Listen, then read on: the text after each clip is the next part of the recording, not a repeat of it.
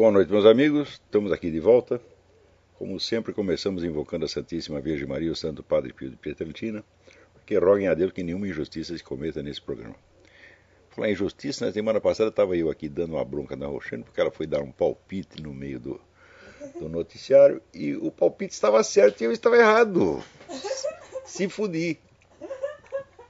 Então fica aqui pedido de desculpas oficial. Então, olha, essa semana aconteceu aqui um negócio absolutamente extraordinário. É que o Obama estava conversando com o Dmitry Medvedev, o presidente da Rússia, e o microfone em cima da mesa estava ligado. Né? Vocês lembram que isso aconteceu a vários políticos brasileiros, cuja carreira foi então exterminada por isso. Mas aqui dificilmente acontecerá isso, porque o Obama tem todos os direitos. Né? Aqui, vamos dizer, a opção preferencial pelo Obama já chegou ao último limite da demência, do servilismo, tudo que você pode imaginar. Quer dizer, o Obama ele tem salvo-conduto para ele trair o país, para ele vender o país, para ele fazer o que ele quiser, não tem importância. A turma da grande mídia optou, né, entre os Estados Unidos e o Obama, eles optaram pelo Obama definitivamente. Então, nesta conversa, ele dizia o seguinte, dizia: olha, Medvedev, você tem um pouco de paciência, porque depois da minha eleição, minha reeleição, eu vou ter mais flexibilidade. Eles estavam falando, né, do negócio do tratado de redução de armas nucleares. Então, a Rússia está querendo, né, e tem muita gente aqui fazendo campanha para isso, uma redução unilateral dos Estados Unidos. Quer dizer, a Rússia continua com todas as armas, a China continua com todas as armas, e os Estados Unidos se desarmam unilateralmente. E é exatamente isso que o cara está prometendo para o presidente da Rússia, meu Deus do céu. E não vai acontecer absolutamente nada, nada, nada, nada. Então, é claro que houve um acordo entre o pessoal de CFR, essa elite globalista, os donos da mídia, para não tocar. O Obama é intocável, intocável. É claro que mais dia menos dias vão jogar o Obama fora. Não vai ser possível manter isso eternamente. Então, eles vão simplesmente esperar que ele cumpra lá a sua tarefa para a qual foi designado, e em seguida o jogarão fora. Então, quando houver um jeito de acabar com a carreira do Obama sem prejudicar o esquema, isso será feito, evidentemente. Né? Então, vamos dizer, os dias do Obama estão contados, mas quando ele for derrubado, a missão dele já terá sido cumprida, e eu tenho a impressão de que o mal que ele fez a esse país vai levar 40 ou 50 anos para consertar, se for possível consertar. Se isso não terminar, vamos dizer, numa guerra. Porque outro dia estava ouvindo uma gravação do Jeffrey Nyquist, que é um dos melhores analistas estratégicos que tem nos Estados Unidos, em que ele dava informações do governo russo, dizendo o seguinte, que se os Estados Unidos intervirem no Irã, fizeram qualquer coisa contra o Irã, os caras vão reagir com armas atômicas mesmo. Tá certo? Então, o perigo de uma terceira guerra mundial está aí às nossas portas. Né? Muito bem. Agora, é importante que vocês assistam ao comentário do Dick Morris. Vocês procurem na página... É só botar no Google Dick Morris. Dick Morris é um sujeito que foi assessor do Clinton, é um analista político altamente qualificado aqui.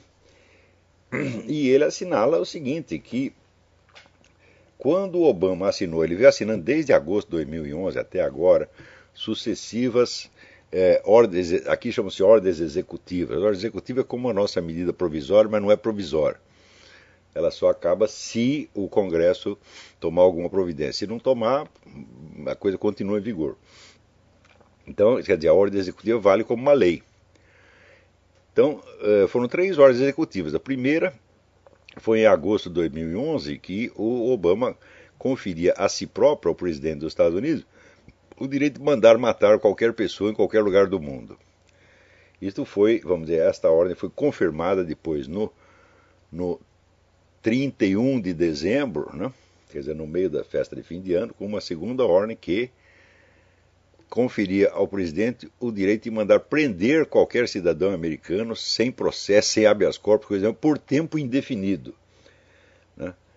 E depois veio uma ordem, agora no 16 de março, que dá ao presidente o direito de encampar, de estatizar todos os recursos energéticos do país, incluindo a indústria de petróleo, mas também a indústria de alimentos, e de baixar aí o recrutamento militar obrigatório sem autorização do Congresso. Em suma, os sujeito, ele colocou nas suas mãos todos os poderes ditatoriais, mas bom, o espantoso não é que o Obama faça isso, ele está lá para fazer exatamente isso. Está cada vez mais óbvio que esse sujeito é um inimigo do país, que ele foi plantado lá, vamos dizer, por alguém que tem planos, vamos dizer, tem um esquema de poder monstruoso que quer se sobrepor ao próprio poder americano, e que o está usando para desmantelar.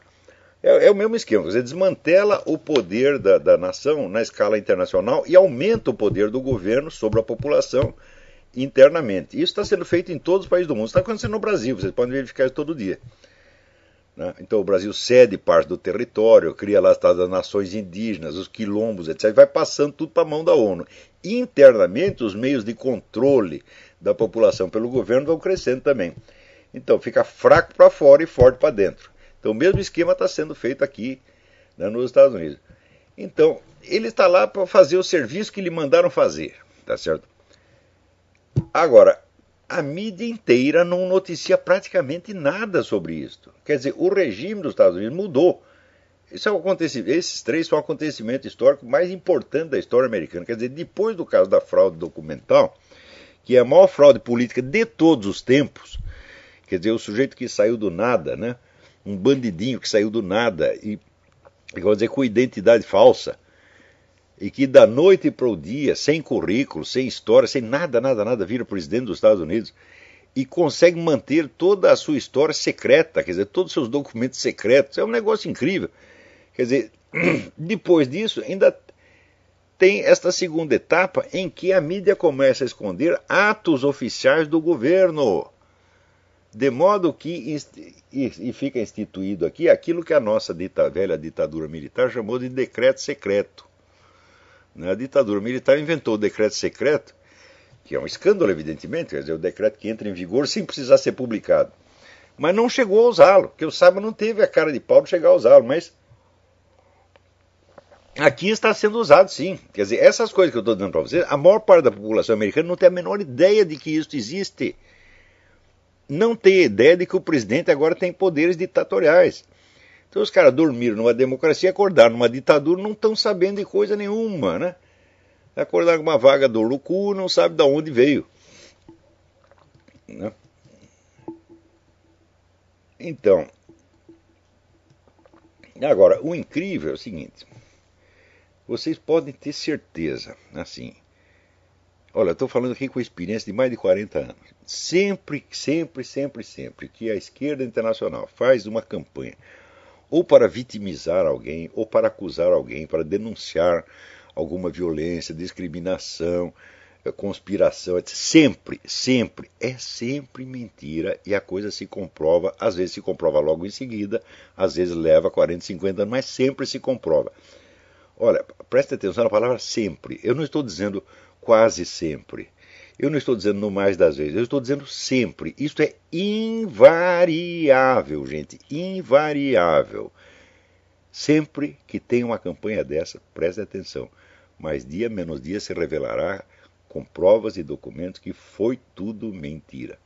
Você vê, quando houve esse assassinato em Toulouse, né, que mataram lá o rabino e mais as crianças, a mídia internacional inteira, como se fosse um só homem, assim, uníssono, disse, não, isto é uma conspiração da extrema-direita, isto é gente que é contra a imigração, é contra os pobrezinhos dos árabes, né, quer expulsar todo mundo, então eles estão matando gente. Ora, primeiro, não existe, presta atenção, não existe nenhum, no presente momento, já existia em outras épocas, no presente momento, há mais de 10 anos, pelo menos 20 anos, não existe nenhuma organização terrorista de extrema-direita agindo no mundo. Nenhuma. Justamente porque não existe, é que se fala tanto delas e tudo o que acontece é sempre culpa delas, como o caso da Noruega também. O homem lá também não era extrema-direita, né? Quando foi ver, era o agente russo, porra. né? Então, imediatamente, vamos dizer, com uniformidade absolutamente formidável, se espalhou que era coisa da extrema-direita. Olha, esta uniformidade é a coisa mais característica do presente momento. Eu estou dizendo para vocês que nos últimos 20 anos houve uma concentração da propriedade dos órgãos de mídia no mundo ocidental inteiro. É por isso que hoje dá para você confiar mais na mídia russa do que na ocidental. Então a coisa hoje, vamos dizer, não chega a ter 10 proprietários. Nos Estados Unidos são 6. Se você somar, pegar a mídia da França, da Inglaterra, etc., até concentrou tudo, então são 10 grupos econômicos que mandam na coisa. Daí se explica a uniformidade total. Isso quer dizer que quando sai notícia falsa, não é um jornal que pisou no tomate. Não, todos combinam, nós vamos pisar no mesmo tomate. Todos pisam no tomate igual. De maneira que a mentira adquire uma credibilidade monstro, porque as pessoas vão pensar assim, não é possível que a mídia mundial inteira se engane. Fala, não, a mídia mundial não se enganou, ela está enganando você, ô pateta. Ela sabe perfeitamente a verdade. Então, ali não passou 3 dias e, né, o assassino foi encurralado pela polícia e morreu no tiroteio. Parece que ele nem morreu de tiro, parece que ele se jogou da janela. Então, levou uns tiros e se jogou da janela. Então, aí se verificou o quê? Que o cara tinha ligação com a Al-Qaeda, que ele aceitou missão da Al-Qaeda para ataques na França, não aceitou, o cara não é trouxa, não aceitou missão suicida. Falou, não, eu não quero sacrificar a minha própria vida. Vamos sacrificar desses malditos franceses e judeus que estão aí para isso mesmo, né? Então, esta uniformidade da mídia respeitável foi uma vez mais desmascarada. Pensa que alguém pediu desculpa? Pensa que surgiu algum processo? Pensa que surgiu alguma investigação? Nada, nada, nada, nada. Por quê? O pessoal conservador, direitista, liberal, etc., não está preparado para esta situação. Eles estão... A direita no mundo está participando de uma luta política de 50 anos atrás, com meios de 50 anos atrás, acreditando que vive numa democracia normal e que está concorrendo com o seu adversário ideológico, né, dentro de uma concorrência política normal. Isso é loucura completa, completa, completa. Esta situação não existe mais. Você veja, a esquerda internacional está empenhada numa política de terra arrasada, como aconteceu no Brasil. É para eliminar de vez toda e qualquer oposição, é para acabar com o rodízio de partidos no poder. É para o sujeito subir lá e ficar para sempre. Eles não estão brincando. Mais ainda, essas ideias que eles vêm, né, o feminismo, o abortismo, o gaysismo, etc., etc., não são propostas que eles estejam dispostos a discutir. Eles vão impor essas coisas de qualquer maneira. Presta atenção, por exemplo, vocês aí no Brasil, o pessoal militar, acha que esse negócio de perseguição e de ficar revirando os supostos crimes de 40 anos atrás e escondendo os crimes da esquerda, que isso vai passar e que eles se comportam, caso eles se comportem bem, eles se atenham às suas missões profissionais, né, sem dar palpites políticos, né, vai tudo passar, está todo mundo querendo se fazer de morto. A gente fica aqui bonzinho no nosso canto, eles nos esquecem. Eles não vão esquecer. Eles vão pegar até o último. Eles vão pegar quem fez e quem não fez. Porque tudo isso é feito para ocultar os crimes deles. Ora, meu Deus do céu, enquanto os militares cometiam 2 ou 3 violências no Brasil, o que estava fazendo essa gente em Cuba? Estava matando cubano pra caramba, estava matando angolano pra caramba, entendeu? E isso tudo é para ser escondido. Então você pega aí, vamos dizer, é sempre assim, o bandido maior acusa o bandido menor, porra. É sempre assim. Então, veja, quando vem esse negócio da comissão da verdade, né? Então, uma comissão, presta atenção, uma comissão que se intitula Comissão da Verdade já é empulhação desde o início. Porque nenhum investigador honesto, ele pode garantir que as suas conclusões serão verdadeiras. Se ele já garante antecipadamente, eu vou lhes dar a verdade, ele está mentindo desde o início. Então, o nome Comissão da Verdade já é em si uma empulhação. Comissão de investigação, comissão de inquérito, sim. Ou seja, nós vamos averiguar, nós vamos tentar descobrir a verdade. Não podemos garantir que vamos lhes dar a verdade. Esses filhas da puta, vigaristas, trapaceiros, já dizem comissão da verdade. E o pessoal aceita isso. Né? O simples fato de você aceitar este título, né, já mostra que você aceita propaganda enganosa. Você tinha que ir na delegacia do consumidor e dar uma queixa imediatamente. Não existe, não pode haver uma comissão de inquérito que se intitule Comissão da Verdade, isso é propaganda enganosa. É?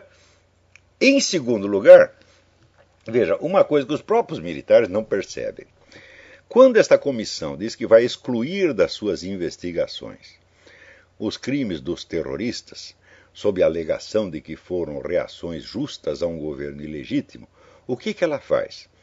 Ela exclui do exame as circunstâncias atenuantes dos crimes do outro lado. É? Ora, que crime pode ser compreendido ou investigado quando ele é separado do crime do qual ele é uma retaliação? Não é possível isto. Então, isso quer dizer que os resultados, a verdade que eles estão prometendo, eles mesmos já estão anunciando antecipadamente. Olha aqui, nós vamos fazer essa comissão para pôr no seu cu. Então, a condenação já está dada pelo simples fato de recusar examinar equitativamente os crimes de um lado e os crimes do outro, já está dada a conclusão, meu Deus do céu. É? Porque não é a mesma coisa você cometer um crime, por exemplo, numa situação de paz e ordem, né? A polícia prende um infeliz e enche ele de porrada e mata, tá certo? E isto acontecer no meio de uma guerra não é a mesma coisa. De maneira alguma. No meio de uma guerra existe violência e excesso dos dois lados, como o capitão Lamarca, que matou um prisioneiro acoronhado, prisioneiro amarrado e matou acoronhado. Tá certo? Então por que Ora, o Lamarca fazer isso é lindo, porque estava reagindo contra um regime ilegítimo. Né? Então, em primeiro lugar, quem diz que o regime é ilegítimo? Existe alguma sentença judicial transitada em julgado que diz que aquele regime foi ilegítimo? Se o regime foi ilegítimo, todos os atos dele têm que ser revogados. Se você não revoga todos os atos, inclusive todos os portos, aeroportos, estradas que o governo fez, então não é ilegítimo, meu filho. É? Quer dizer, essa premissa de que o governo era ilegítimo, ela em si é totalmente ilegítima e furada. Então, primeiro vamos discutir a legitimidade daquele regime e dos seus atos. É? Vamos levar isso para o Supremo Tribunal Federal e vamos ver se os atos daquele regime foram legítimos ou não. É? Os caras estão querendo apagar a história e estão com essa empulhação de que o regime foi ilegítimo. Falam, bom, você tem todo o direito de questionar se foi legítimo, mas não tem o direito de enganar a população dizendo que é ilegítimo, fazendo passar essa ilegitimidade como se fosse uma sentença transitada em julgado, quando é apenas uma opinião sua.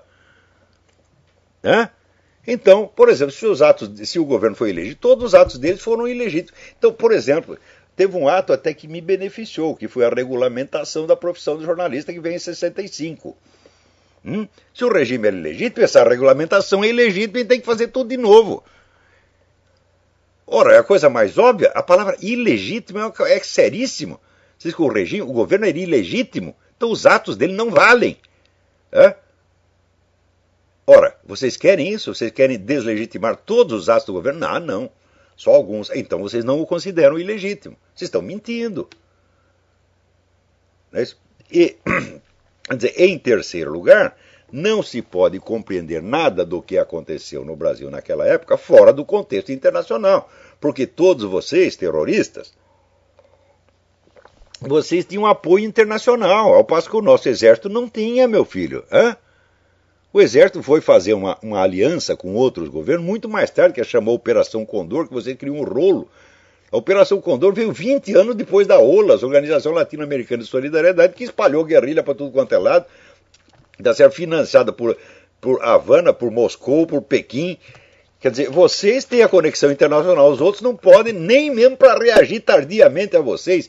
Quer dizer, em tudo isso está havendo, quer dizer, um julgamento tão unilateral, tão enviesado, tão falsificado, que, na verdade, né, o simples fato da coisa se chamar Comissão da Verdade já mostra que é uma empulhação. Vocês não podem aceitar isso de jeito nenhum. E esses militares que ficam se fazendo de bonzinhos, dizendo, agora nós já temos a nossa missão profissional, etc, etc. Vocês estão bancando os avestruzes, porra. Você não esqueça o seguinte, quando o avestruz enfia a cabeça no buraco, ele levanta o cu. Para vir alguém por trás e creu. Então cuidado com essa história de se fazer de bonzinho, de se fazer de morto.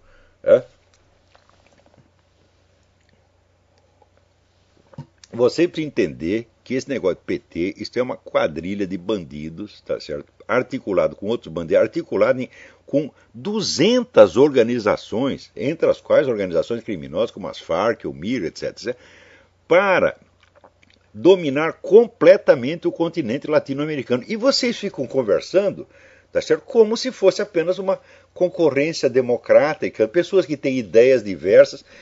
Vocês estão com a cabeça no mundo da lua, meu Deus do céu. Quer dizer, esse medo de ver a realidade, medo de ficar com medo, quer dizer, é o suprassumo da covardia. E é uma brincadeira perigosa. Sempre que fizeram... Olha, isso aí é a mesma coisa que a ascensão do Hitler na Alemanha. No começo, quando diziam, o sujeito vem aí, ele está falando que vai matar os judeus, tal, o pessoal dizia, não, isso aí é só bravata, é claro que ele não vai fazer isso. Falaram a mesma coisa do Lenin. Quando Lenin tomou o poder em 1917, se espalhou por todo o mundo os investidores ocidentais. Não, ele não é comunista, não. Isso é só da boca para fora, é só para assustar a criancinha. Na hora H ele vai fazer as contas e vai ver que não dá, e vai voltar. É sempre assim. Conversa calmante é para anestesiar a vítima. Quando é que vocês vão aprender isto, meu Deus do céu? Sobretudo quando a conversa calmante vem da própria fonte da ameaça. Ora, é fácil você ver que esse pessoal da esquerda, ele sempre foi assim, eles vão à divisão do trabalho. Metade diz para você, nós vamos matar todos vocês, nós vamos acabar com vocês, tá certo? Vamos liquidar vocês. A outra metade diz, não, isso é paranoia, não vai acontecer. É sempre assim, vocês ainda não perceberam, meu Deus do céu. E quando eu digo que quando as campanhas deles, ou campanha a favor de uma vítima perseguida, ou campanha para denunciar corrupção, ou campanha para denunciar violência, para denunciar agressão imperialista. Quando eu digo que sempre se comprova que é falso, é sempre. Você quer alguns exemplos históricos? Você vê o famoso caso do Alger Hiss, que era um alto funcionário do Departamento de Estado que foi acusado de ser agente comunista. Você acredita que pelo menos até o ano passado, ainda tinha gente na universidade americana dizendo que o Alger Hiss é uma pobre, inocente vítima de perseguição. Sabe quando veio o documento da Rússia, abriram os arquivos de Moscou e apareceu lá, né, o Alger Hiss como agente comunista. Fala, bom, aí não deu. Mas o casal Rosenberg, porra, que criou a Guerra Fria, entregando os segredos de fabricação da bomba atômica para o governo soviético. Até recentemente ainda tinha gente que fazia campanha em favor dos Rosenberg, dizendo que foram vítimas, coitadinhos. Então, demorou. A verdade, às vezes, demora para aparecer. Por exemplo, quando decifraram aqueles códigos Venona, aquelas comunicações entre a embaixada soviética e o governo de Moscou, isso levou 40 anos para ser publicado. Tá certo? Então, ali tem, vamos dizer, a comprovação de tudo o que o Joseph McCarthy disse nos anos 50. Quer dizer, os Estados Unidos se tornaram totalmente indefesos perante o poder estrangeiro a partir do momento em que acreditaram naquela história de que macartismo era a perseguição de inocentes. Olha, o Joseph McCarthy não tinha conhecimentos profundos do assunto que ele estava lidando. Ele mesmo não tinha medida do tamanho da coisa. Quando ele falava assim, uma conspiração tão imensa, ele queria dizer que tinha 200 pessoas. Tinha mais de 3.000, porra. Quer dizer que ele não mediu o tamanho do pepino.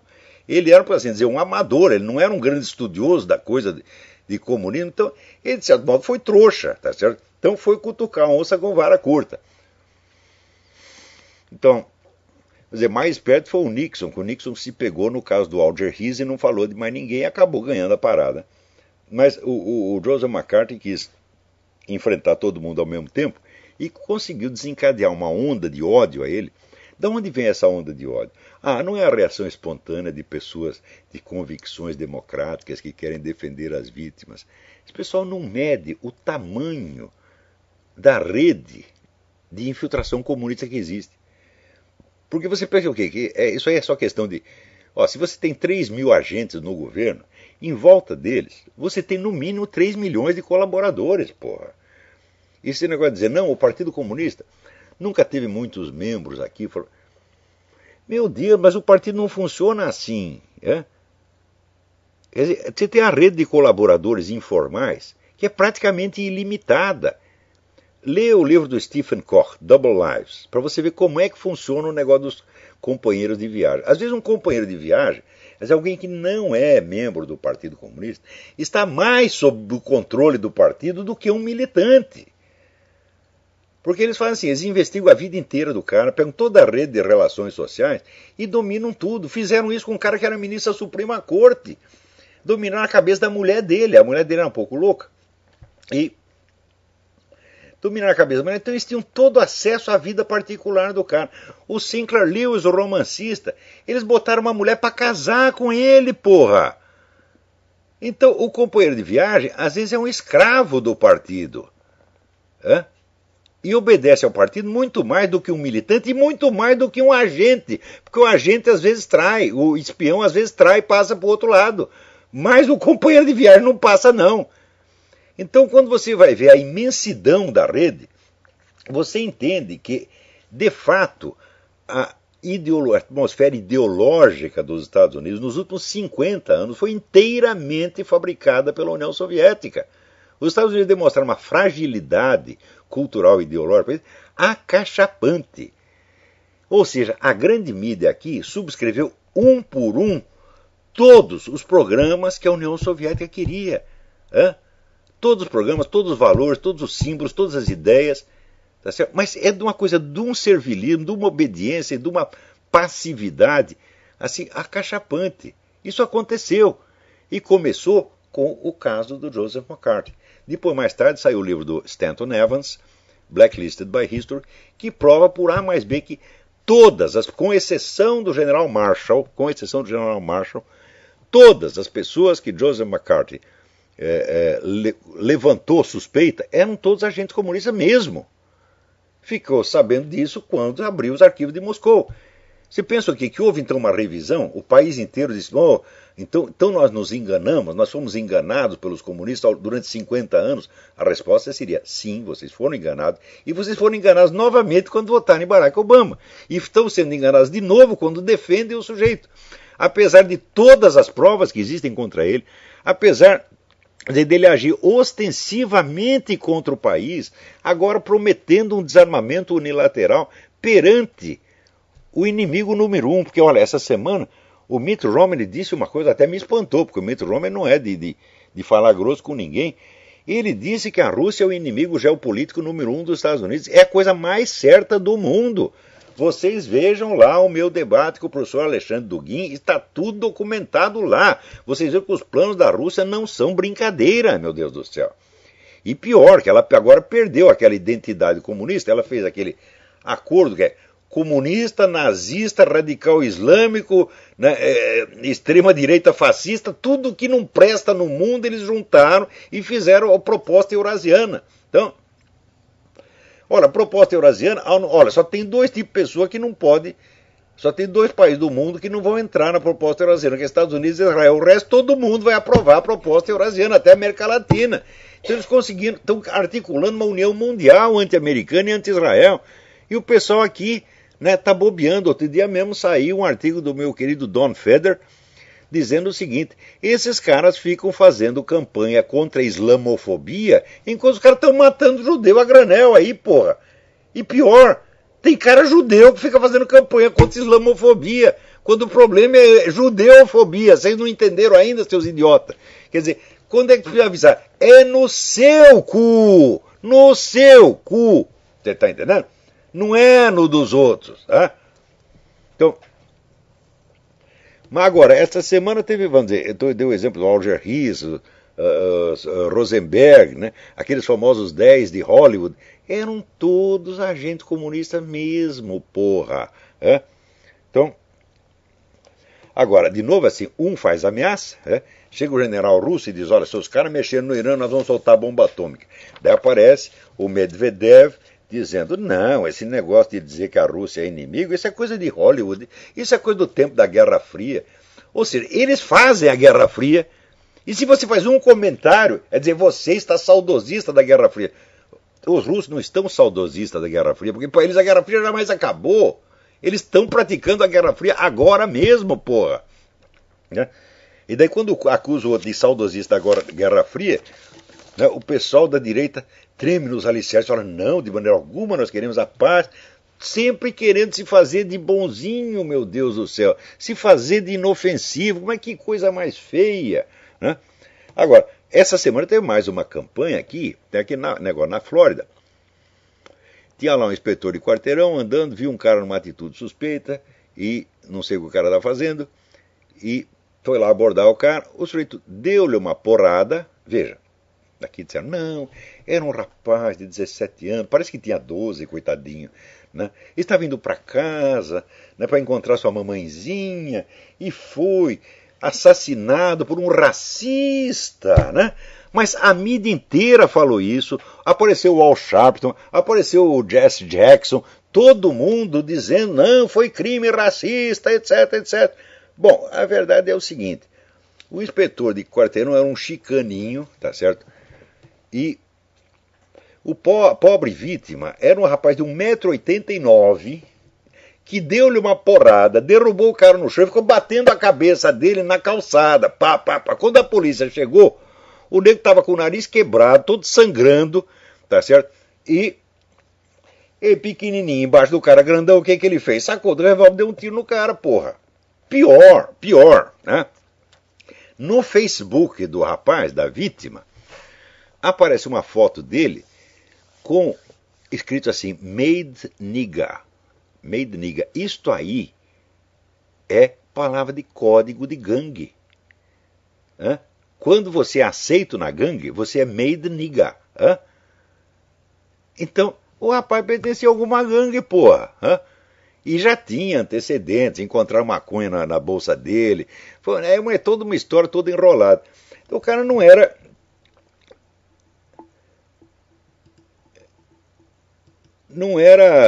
nenhum inocentinho que estava indo para casa. E além disso, bater a sua cabeça na calçada, você sabe lá o que é isso? Isso é para matar. Hã? Então aconteceu o seguinte, que o inspetor de quarteirão ele ficou quieto, ele não falou nada. A polícia não quis prendê-lo, por quê? Porque não havia motivo para prender. Está na cara que foi legítima defesa, tá certo? Além disso, havia testemunhas que disseram, não, nós vimos o cara em cima do... Né, o menino em cima de menino. Um homem de 1,89 m chamado de menino tem graça, batendo no chicaninho lá até matar, tá entendendo? Então eles ficaram quietos porque não estão a fim de fazer escândalo, mas o outro lá não perde a oportunidade de criar uma falsa vítima. Até o Obama entrou na história. Você veja que coisa, o presidente da República, porra. O que ele fez? Né? O garoto estava encapuzado. Né? Então, o capuz virou então o símbolo, né, da vítima inocente. Né? O que fez a campanha do Obama? Começou a vender capuzes com inscrição da campanha, alusão, né, ao coitadinho. Quer dizer, o país inteiro, a mídia inteira, a presidência da República, né, o pessoal do Senado, da Câmara dos Deputados, tudo conta um coitadinho do inspetor de quarteirão que supostamente tinha o único direito de se deixar matar. Fala, não, o cara que está batendo de mim é preto, então eu tenho que apanhar até o fim e ficar quieto até morrer, porra. Né? É sempre assim. Você vê, na mesma semana foi o caso lá de Toulouse e o caso aqui desse menino, esse Trayvon Martin, né? Duas campanhas mundiais, perfeitamente mentirosas. E vocês ainda dão credibilidade a gente de esquerda. Meu Deus, quando é que vocês vão aprender? Você não lembra o caso de Katyn na Segunda Guerra? Que os russos disseram, não, nós achamos lá 20 mil oficiais poloneses enterrados, que foram os nazistas que mataram, etc. Quando foi vendo que tinham sido nazistas, tinha sido eles mesmo, porra. Como se faltasse crime nazista, né? Como se tivesse escassez de crime nazista para inventar mais um, né?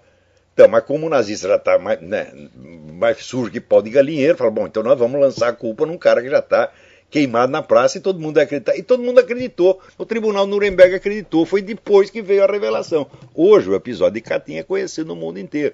Como a história do Alger Hiss é conhecido, como a história do Rosenberg é conhecido. E assim por diante. E essa história das vítimas brasileiras, tá certo, da ditadura militar, digo, olha, no total morreram uns 400 pessoas. A esquerda, a maior parte, gente que estava na esquerda armada. Tá certo? Pode ter havido uma violência ou outra. Né? Eu mesmo, na época, me lembro que eu tomei a iniciativa de... Eu fui um dos primeiros que denunciaram o caso do Vladimir Herzog, no jornal do Sindicato Jornalista. Foi uma edição histórica do jornal. E eu estava lá, eu ajudei a fazer aquilo. Então, naquele caso, eu achei que tinha sido realmente uma violência ilegal, uma violência criminosa da parte do governo. Mas não quer dizer que foram 400 casos de violência criminosa, não quer dizer que todos os coitadinhos foram todos vítimas de tortura. Falo, não tem um puto de um exame de corpo de delito, meu Deus do céu. É tudo assim na base do que o companheiro de militância dele disse. É sempre assim. Né? Então, inventa uma história para danar. Não tem aquela história que sujeito que inventou que a Folha de São Paulo emprestava carro para transportar, né, prisioneiros políticos para o centro de tortura. Qual é a prova? Ah, eu vi o carro da Folha na porta da delegacia. Ah, vai pra puta que pariu, porra. É sempre assim, né? O outro que enterrou um monte de documentos dizendo que não teve tempo para queimar, então enterrou. Quer dizer, porra, o tempo de fazer um buraco de 3 metros é mais curto do que para acender um palito de fósforo. Eles gozam na nossa cara o tempo todo, gente. E você ainda aceita um dialogar com essa gente. O lugar desses caras é na cadeia, porra. Na melhor das hipóteses, porque eles vão corromper. Eles vão chegar lá, vão corromper os narcotraficantes, corromper as putas, né? Corromper os batedores de carteira, né? Como, aliás, fizeram. Eles não foram na presídio de Ilha Grande, não foram eles que ensinaram guerrilha para esse pessoal do PCC, Comando Vermelho, essa merda toda. Então não pode deixar eles nem perto de bandido, porra. Então, cadeia, no lugar deles na privada, precisa jogar na privada, precisa descarga, pô. Não, eles vão corromper os cocôs!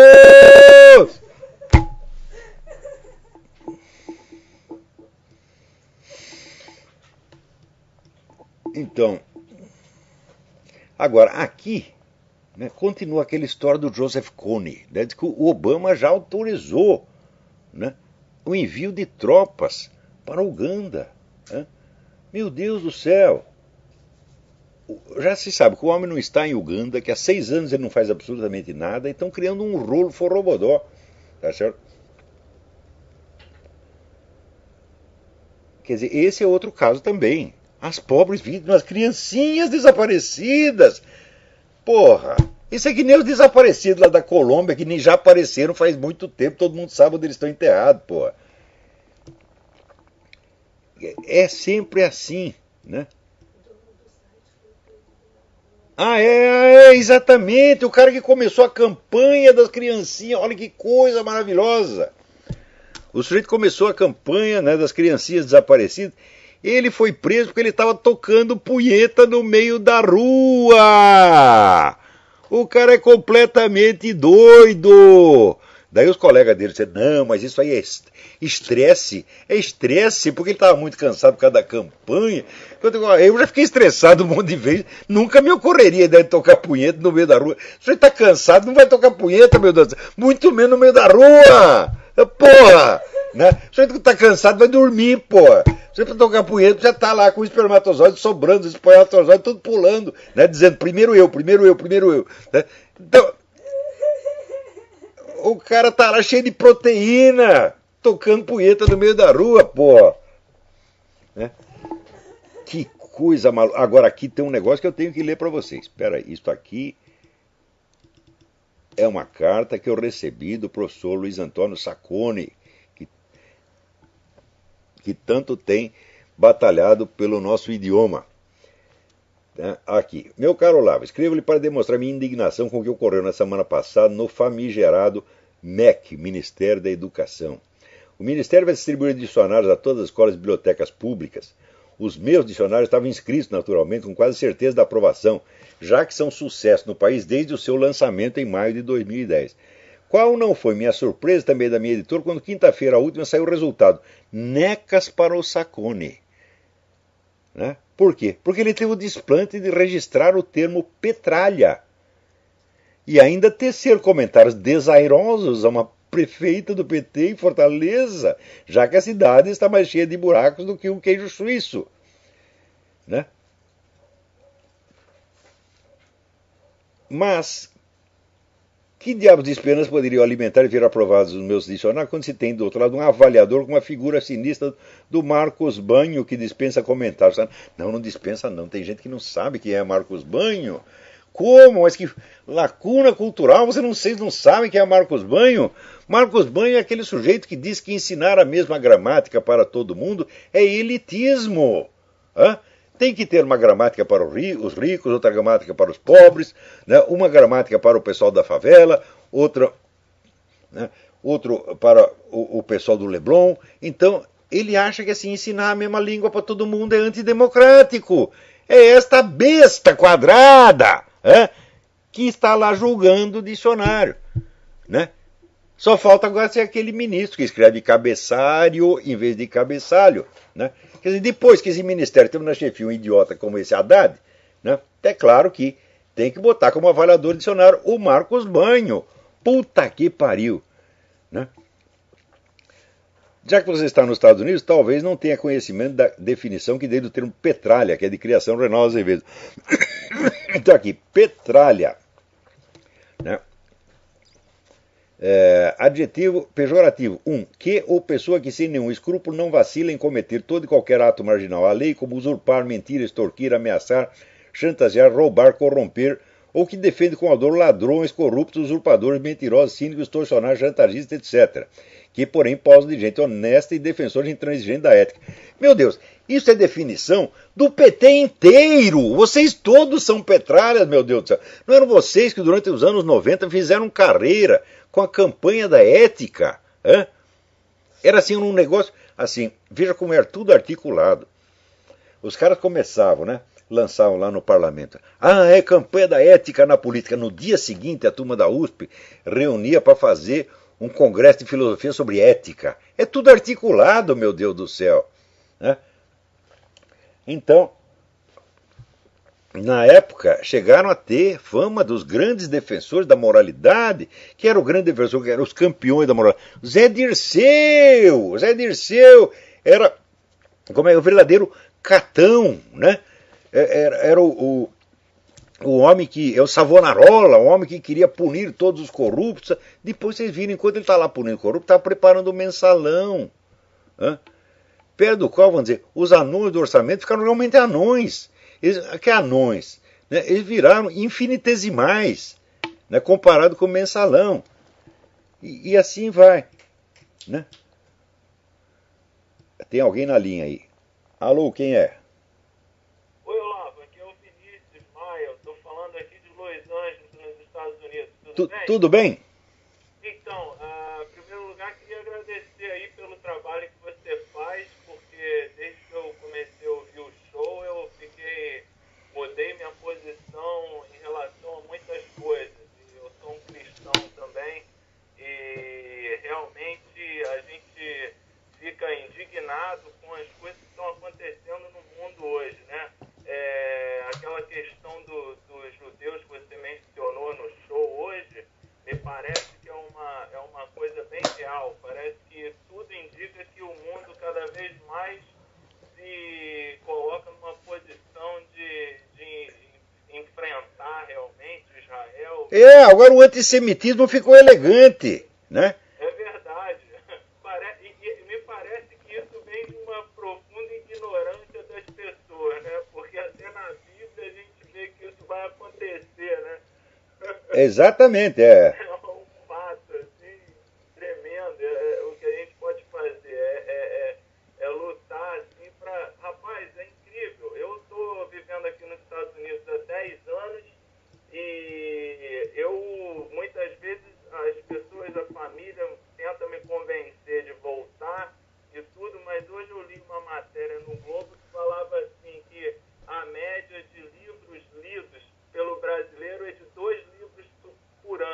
pelo estudante, não é o brasileiro em geral, é o estudante brasileiro, o estudante universitário lê no máximo 2 livros por ano. E hoje chegou aqui um negócio, foi bom você falar disso.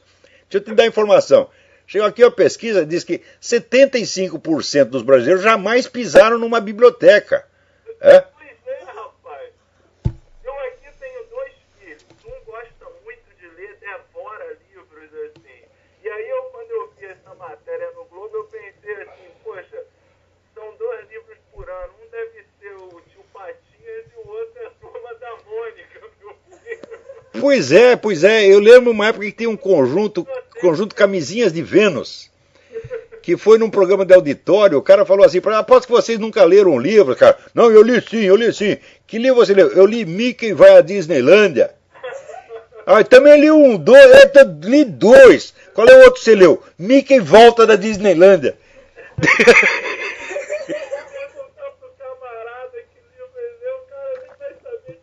Pois a dona Dilma não sabia, ela disse que tinha lido um livro espetacular que tinha influenciado muito ela. Perguntou qual é o título. Ah, não lembro. Ah, puta que pariu! É? Brincadeira. Quando você vê aqui dos presidentes dos Estados Unidos, tem vários deles que são clássicos da literatura. Theodore Roosevelt era um grande crítico literário, grande memorialista. Abraham Lincoln é um clássico, um dos grandes estilistas da língua inglesa, e muitos outros. É um negócio impressionante. Agora no Brasil, você votar em sujeito alfabetizado é feio. Tem que votar no analfabeto. Pois é. É o QI, eles votam pelo QI, o quociente de ignorância. Essa semana eu estava vendo aquele vídeo que está no Mídia Sem Máscara, chama 180. Eu achei aquele vídeo sensacional. O camarada começa a entrevistar o pessoal na rua e pergunta aos jovens, né, até aqui nos Estados Unidos mesmo, que eu achei difícil de acreditar, mas muitos não sabiam quem era Adolf Hitler. Pois é, rapaz. Não, essa nova geração aqui, vamos dizer, de uns 20 anos pra cá, desde que criaram o Ministério da Educação, foi o Jimmy Carter que criou a porra do Ministério. A educação americana tá acabando. Eles estão brasilianizando o negócio. Eles mandaram lá copiar o Fernando Haddad. Falaram, eu quero um projeto do Fernando Haddad para eu fazer um igual aqui. Mas isso aqui tá ficando cada vez mais parecido com o terceiro mundo, infelizmente, Olavo. Mas eu escrevi há mais de 15 anos, eu escrevi, o mundo brasilianiza-se. É verdade. Está acontecendo a olhos vistos. Quando você vê o Obama, rapaz, o Obama é o cara do PT. Tá na cara que ele é um petista. Quem que não vê? É verdade. Mas era isso, eu queria ligar para te parabenizar aí pelo trabalho. Muito bom o trabalho que você tem feito. Muito obrigado. Também de livros para a gente ler. E eu queria deixar aí só esse elogio aí ao seu trabalho. Obrigado por atender minha ligação aí. Muito obrigado. Boa sorte para você aí. E não volta pro Brasil não, porque o nosso país acabou, eles mataram. O Brasil tá no cemitério, porra. Eu prefiro ficar morando na rua aqui do que voltar pro Brasil. Pois é, a gente tem que ir para lugar civilizado, a gente tem que ir para Uganda, tem que ir para Serra Leoa, não pode voltar pro Brasil não. Tá doido. Agora, olha aqui, essa semana o STF está revendo a jurisprudência e diz que sexo com um menor de idade talvez não seja crime se a criança já teve uma relação sexual anterior. Quer dizer, você pega essas putinhas, que lá eu vi lá no Recife, tinha menina de 12 anos na rua, você pega uma daquelas e come e diz, não é crime porque o outro já comeu. Ora, porra! Eu estou dizendo para vocês que a legitimação da pedofilia é o próximo passo. Depois que veio o negócio do gaysismo, falou, pedofilia é o próximo. Depois será a bestialidade. Depois eu já não sei o que é. Acho que é comer buraco de fechadura. Né? E deve ser também o sujeito casar com ele mesmo. Punheteiro casa consigo próprio. E divide os bens. Espera aí, tem outra pessoa na linha aí. Alô? Alô, é Antônio? Antônio, tudo bem? Tudo bem. Eu queria saber como é que vai começar o processo de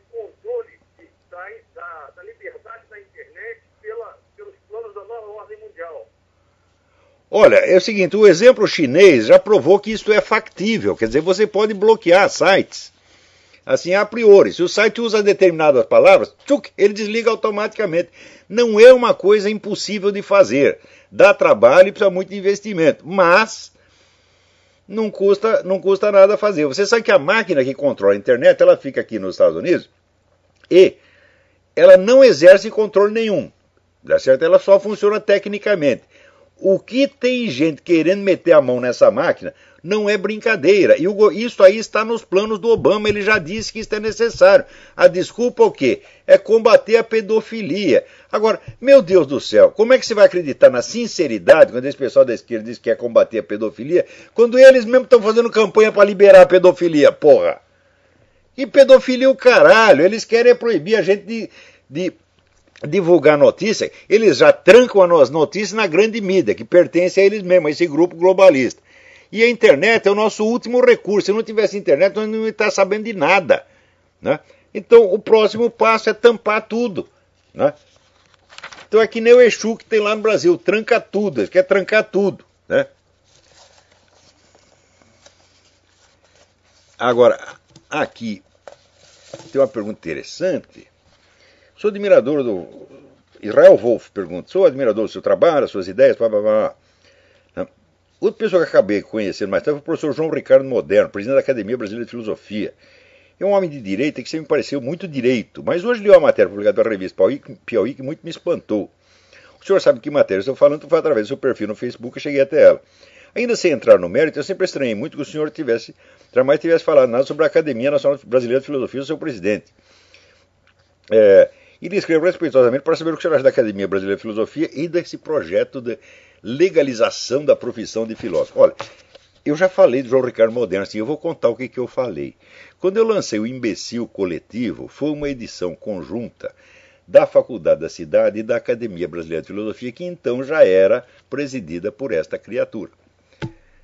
Como o livro pegou mal em certos ambientes universitários, sobretudo entre as pessoas que eram os personagens do livro, os personagens acharam o livro detestável, evidentemente, porque gozava da cara deles com justa razão, demonstrava que eram charlatães, vigaristas, etc, etc.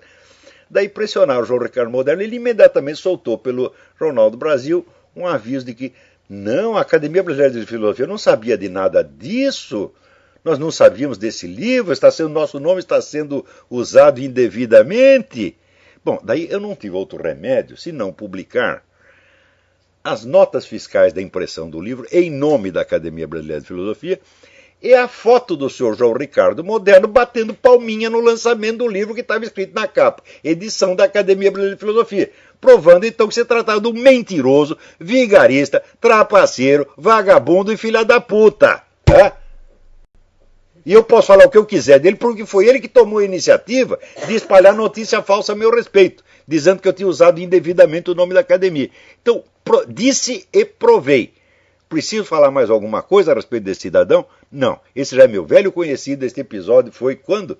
1996. Então, daí depois disso, né, essa academia fica lá, puxando o saco do jogador de futebol, o presidente da FIFA. Quem não vê que isso é uma esculhambação, meu Deus do céu? Pô, isso é alta picaretagem, né?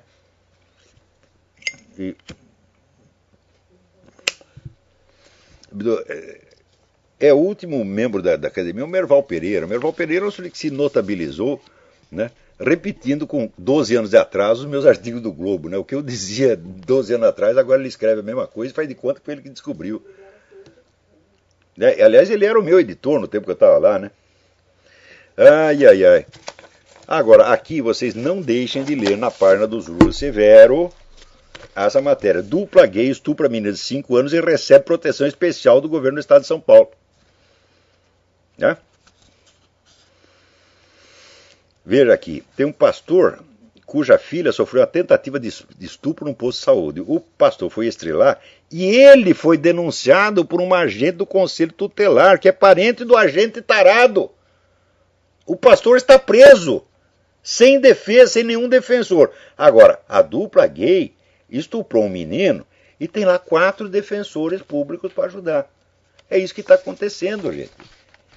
Então, você dizer que denunciar isso é discriminar gay, falando, mas como? É o pastor que está sendo discriminado, porra?